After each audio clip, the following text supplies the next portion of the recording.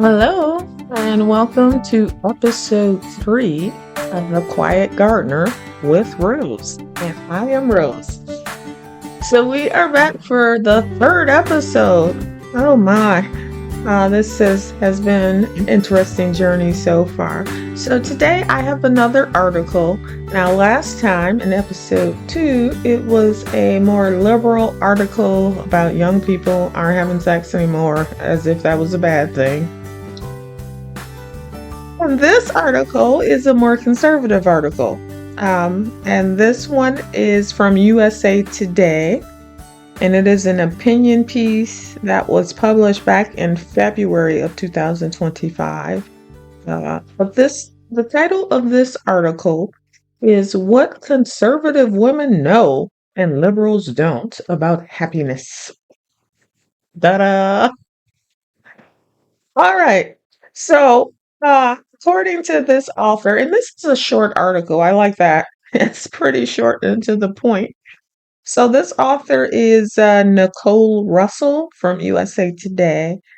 And I think just from reading this, it's pretty clear that she is conservative politically um, and lifestyle wise, I'm sure. So, that's the perspective that she's coming from. But she says that new research has shown that young conservative women are much happier than liberal women. And the question is why? So she's quoting a survey by it's called the American Family Survey of 2024. And I don't know that that survey may be a more conservative leaning survey. It may be biased. I don't know. I don't research all of that, but I am just telling you what she's quoted in her article. So, according to this American Family Survey of 2024, liberal women aged 18 to 40 are much less likely than conservative women to say they're happy. Only 12% of liberal women say they are completely satisfied with life compared to 37% of conservative women.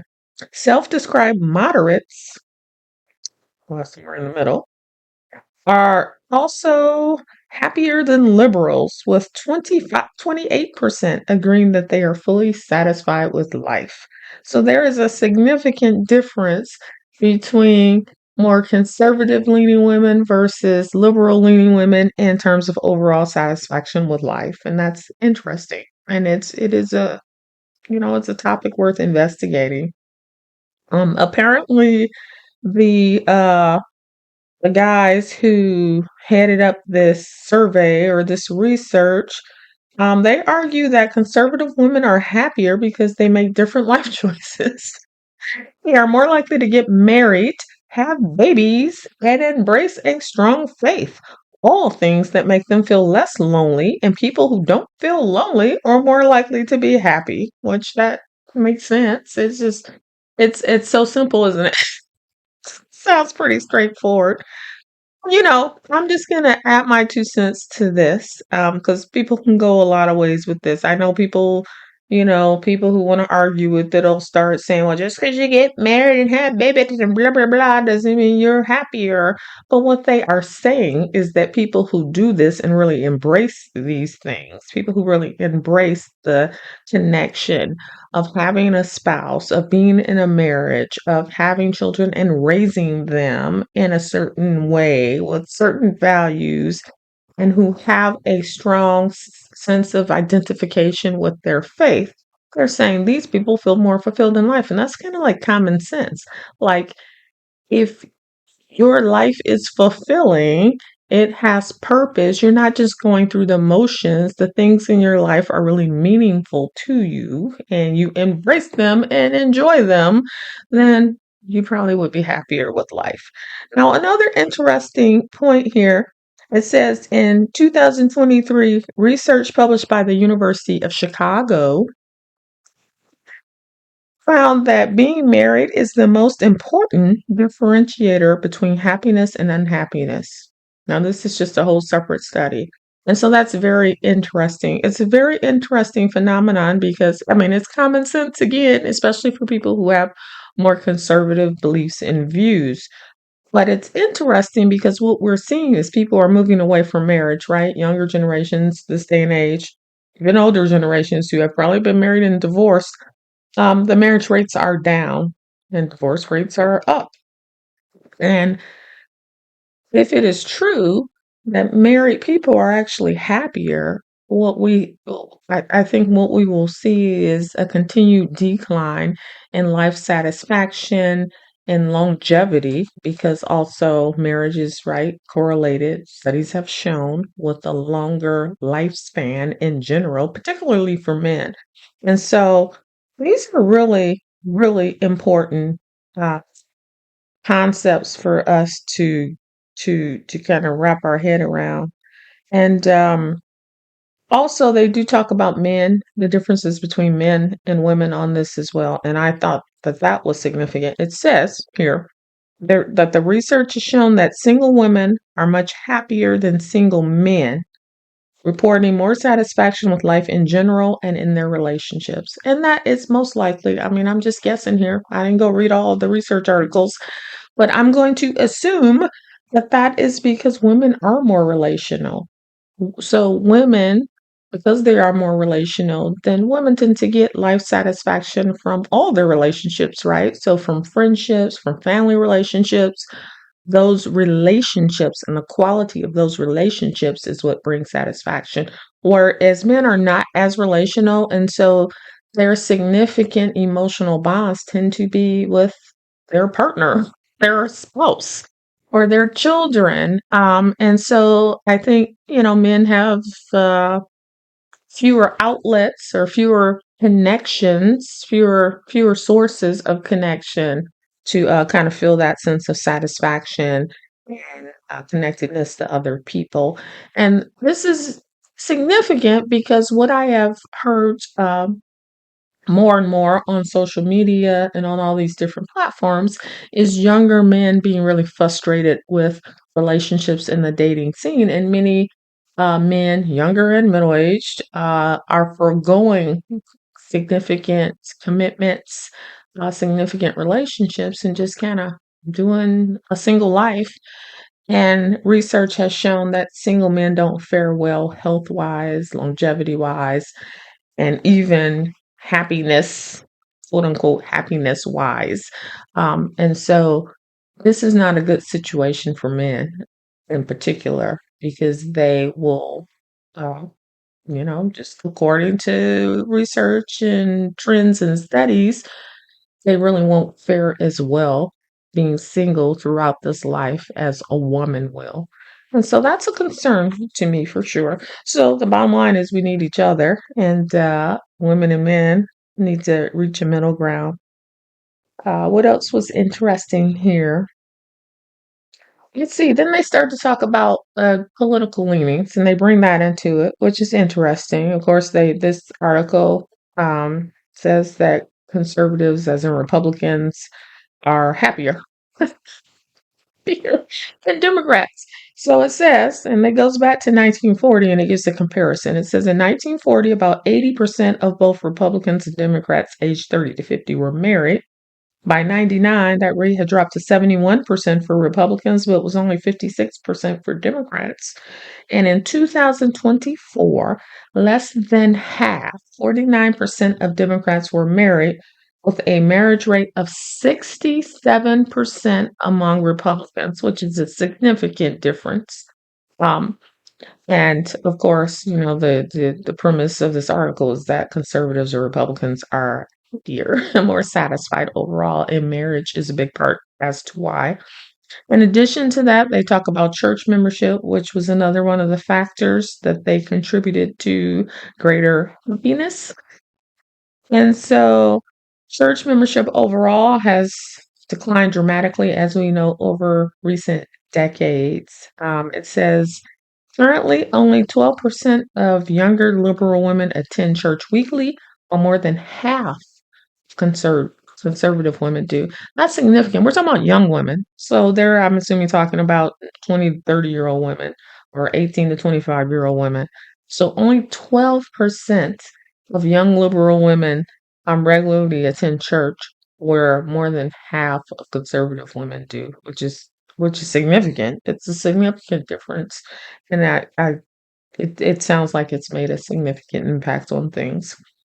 In some, liberal young women are less likely to be integrated into core American institutions, specifically marriage and religion, that lend meaning, direction, and a sense of solidarity in women's lives. So many of us that are conservative or have conservative values probably already knew that. It's to us. Uh, but I think it bears repeating, and I think it bears younger women really kind of what particularly if you're liberal, to really kind of look at this concept of life fulfillment and life happiness and what that means for you. Um, you can accomplish a career and degrees and all of that, and I've done all of that. And be independent and a boss lady, whatever you want to call yourself. But at the end of the day, is that enough for you? Do you crave the fulfillment that only things that are intangible can bring you? That would be faith. That would be family. That would be a strong marriage. That might be raising kids. It might not be raising kids. But at the end of the day, as human beings, we are built for connectedness. Period. End of story. We are built for it. And without it, we falter and we fall apart and we develop neuroses and all kinds of things. And so that's something to really think about.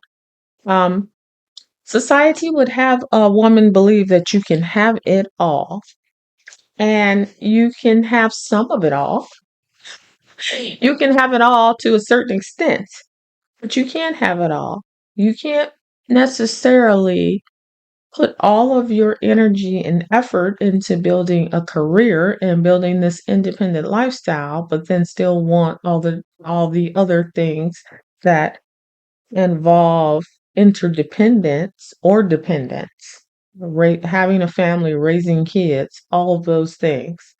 Um, Typically, if you're going to have a traditional family, then that requires to some extent for you to embrace traditional values and dynamics. And so, this whole modern concept of I can have it all, I can wait until I'm over 30 to think about kids, or think about marriage, even, which is ridiculous because we know how fertility works. That doesn't change because society has changed and women are doing other things. So at the end of the day, by the time you're 35, your chances of getting pregnant and having a successful pregnancy really start to shrink, and you have higher risk of birth defects and all of these things.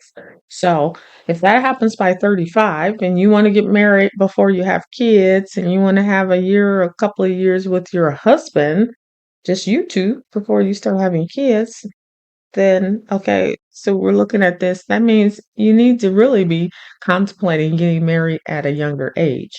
So we're talking getting married at 25, which is honestly is ideal. That is ideal somewhere in there. And then starting to have a family. Because like I said, if you want to have more than one kid, you're gonna put a couple of years in between each one. So do the math. This isn't even my opinion. This is just like facts that after 35, you're going to have a much more of a struggle. And then you're looking at what? Harvesting eggs when you're younger, going to fertility clinics, paying thousands and thousands of dollars for IVF and all of these things. That's insane. So everything comes with a cost and everything in life has a trade-off. So as a woman, you can have a career, you can be successful, but there's a trade-off to that. And let me tell you, I have multiple degrees. I have a doctorate. And that came with a trade off. That meant that when I was younger, a young 20-some-year-old woman, my focus was on my career and education. It wasn't on finding a husband or anything like that. Um, and so, because of that, as I got older, one, obviously my options were a little different. I got married. I got married, in my 20s at I think it was 29, and I had a good selection of men to choose from at that age, and with what I had accomplished in my life, I had a good looking resume there. So it wasn't that hard at that time. But had I waited a little bit longer, it probably would have been a lot harder. And so I look back and I think, there should have been maybe a little bit more of a balance. So a little bit less focused on career, obtaining degrees, the status, achieving all these things, and more, which were important to me. But at the end of the day, degrees, a job, a title isn't as important to me as being a mother. That's the most impressive thing I have done in my life, raising my kids. It is the most impressive thing. It is the most important thing I will ever do in this life. I don't care how many degrees I get, how many accolades, awards, positions of power. Nothing is more important than having raised my children. That is the greatest contribution I will give to this planet in this lifetime. I'm pretty sure of that. So I didn't understand that when I was younger, though. And so that did take a back seat to me doing other things. And now that I look back, I think I would have made it more of a priority. And so I would encourage younger women who, even if you're career focused, there has to be a compromise. So you can't wait until you're 30, 35 and be like, oh my, I think I want to get married and have kids. Like, girl, it's possible. Anything's possible. But we're looking at here the average person. I'm not talking about outliers. There are outliers for everything. But most of us are average. I'm average, you probably average. And so the average person, there for females, there really is a biological clock. There really is a prime time for finding a partner, for being able to select the best partner that you want in terms of your value on the dating marketplace. And we could do a whole nother video about that in case you don't understand that as a woman, your value on the dating marketplace is limited. It is limited by age. And it is for men too, but we're at opposite ends of the spectrum. So women, our value is higher when we're younger, like in our 20s, early 20s. And it starts to dip. There's a downward decline as we move to our 30s and 40s. You look. Uh, well, with men, it's the opposite, right? Like, so when they're young, their value is pretty low on the dating marketplace because they hadn't accomplished anything. Things that we use as markers of what's a desirable mate, those things haven't changed. Society may have changed, but at the end of the day, those things are, many of them are genetically wired into us and they don't change in one or two generations. These are things that took hundreds and hundreds of years to develop, maybe thousands of years, and they are, geared towards survival and all of these things that are more biochemical. And so a man's value starts to rise as he gets older. So you see what I'm saying here? So I think that's something that young women need to think more about. Instead of thinking you're just like a dude and you can wait, you can do whatever, you will always be able to find a partner and always be able to have kids and a family. No, it doesn't work that way. So there is a trade-off that must be made, and you have to decide when the time is right for you to make that trade-off, because you can't have it all. You can't be 100% into your career, devoted to your career, and still be 100% there for your kids and your husband. You can't do it. And yeah, you may say it's not fair. Men aren't expected to do A, B, and C. No, it's not fair. Men and women have different roles in different places in the relationship, different responsibilities. And regardless of how modern times become, that doesn't change all that much. And so, yeah, life isn't fair. The differences between men and women are real, and there are different expectations, and that's okay. That's not a bad thing. It's a great thing. It's a great thing to be a woman. It's a great thing to embrace that femininity and that feminine power, and to understand that with it comes these beautiful gifts that men don't have. They have a whole nother set of attributes and assets. All right. So that's something for young women to really think about as you go through this life and as you make these major decisions.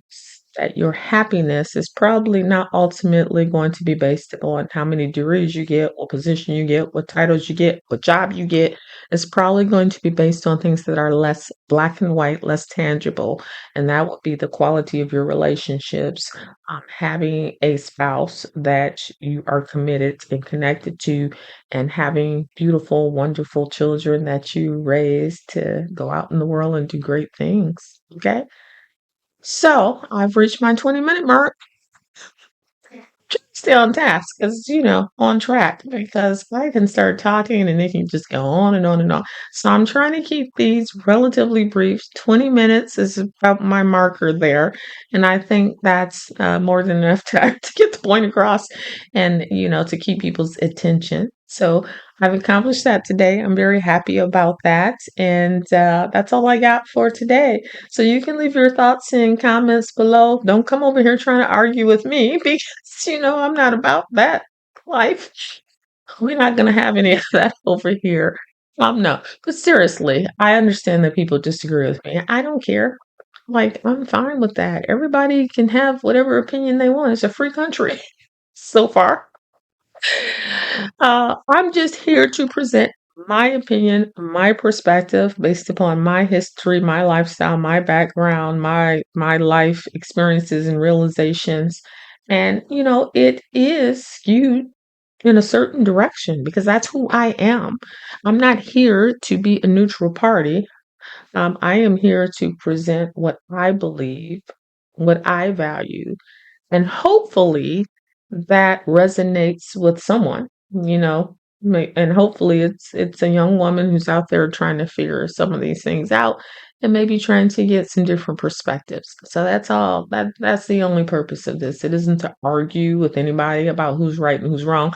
It doesn't matter who's right and wrong. There is no right and wrong. It's my opinion versus your opinion, and I'm not shifting my opinion. I can tell you that. I pretty much have, like I said, done it all, been there, seen that, and I've come to who I am with trial and error, with many years of experience, many years of being involved in conversating and debating with many different types of people. And I am very firm on my values, my Christian faith, who I am as a woman, who I am as a Catholic Christian woman, and that's not changing. Okay, so I am what I am. So what I say is not meant to be the end all be all of life. It is really just my opinion. So if you don't agree with it, that's fine. If you don't agree with it, you probably wouldn't be here, minute 22. What? Well, listening to this podcast either, but just putting that out there. Right, so I'm out of here. This is the end of episode 3. Yes, we're on a roll. So until next time, bye-bye.